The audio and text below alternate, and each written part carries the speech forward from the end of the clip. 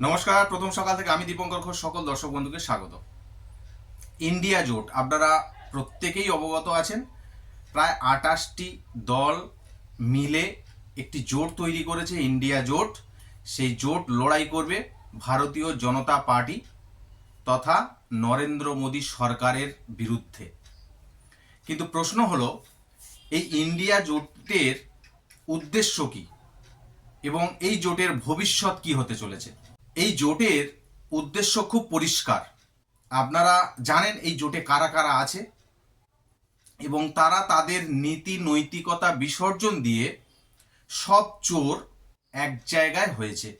শুধুমাত্র এইরকম একজন জনপ্রিয় নেতা, শুধুমাত্র এই দেশে নয় বিশ্বের জনপ্রিয় নেতা হিসেবে যিনি পরিচিত, আমাদের দেশের সম্মানীয় প্রধানমন্ত্রী নরেন্দ্র দামোদর দাস মোদী, তার বিরোধিতা করার জন্য এই জোট তৈরি হয়েছে।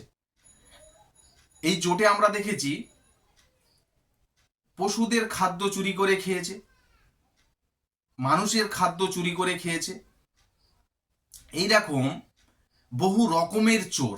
এইরকম কিছু দল যাদের উদ্দেশ্য হলো নিজেদেরকে বাঁচানো, এই দেশের মানুষের জন্য কাজ করা নয়, এই দেশের জন্য কাজ করা নয়, এই দেশের সুরক্ষার কথা ভাবে না, এই দেশের মানুষ কিভাবে ভালো থাকবে সেটা ভাবে না। শুধুমাত্র এই 28-30টি দল যারা একাধিক দুর্নীতির দায়ে জর্জরিত, একাধিক দুর্নীতির দায়ে তারা অভিযুক্ত, মানুষের খাদ্য, পশুর খাদ্য, সরকারি চাকরি বিক্রি, চাল চুরি, চাল চোর, এইরকম কিছু দলের নেতা নেত্রীরা, এরকম কিছু দল একত্রিত হয়েছে যাতে করে এইরকম একজন জনপ্রিয় নেতা, যা শুধুমাত্র এই দেশ নয় পুরো বিশ্ব মেনে নিয়েছে এই নেতাকে, সেই রকম একজন শক্তিশালী নেতাকে সরানোর, এই দেশ থেকে ভারতীয় জনতা পার্টিকে সরানোর স্বপ্ন দেখছেন।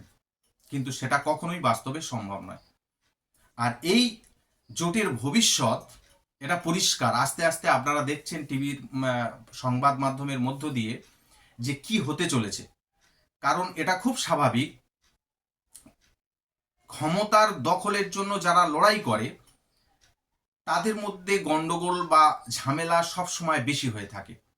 আজকের মুখ হিসেবে নরেন্দ্র মোদীজির পাশে মল্লিকা অর্জুন খার্গের মুখটি বসিয়ে দিয়েছে এই ইন্ডিয়া জোটের পক্ষ থেকে।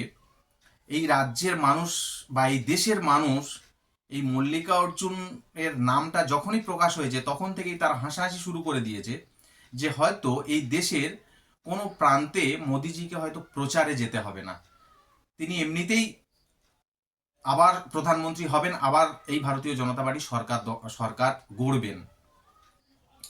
এই জোট কোনো রাজ্যেই সফলভাবে এরা শেষ পর্যন্ত থাকতে পারবে না, এটা খুব স্বাভাবিক। কারণ এই যতগুলো দল আছে, এই 28টি দল, তাদের মানসিকতা, তাদের উদ্দেশ্য কোনোটাই ভালো নয়। তারা শুধুমাত্র নিজেদেরকে বাঁচাতে, যাতে করে আগামী দিনে তাদের ভাই ভাইপোরা অ্যারেস্ট না হয়, নিজেদের গদি রাখা যায় কিভাবে, তাই সব চোরেরা এক জায়গায় হয়েছে, একত্রিত হয়েছে। যদি কোনোভাবে এইরকম একজন দেশের কথা যিনি ভাবেন, মানুষের কথা যিনি ভাবেন, দেশের সুরক্ষার কথা চিন্তা করে যিনি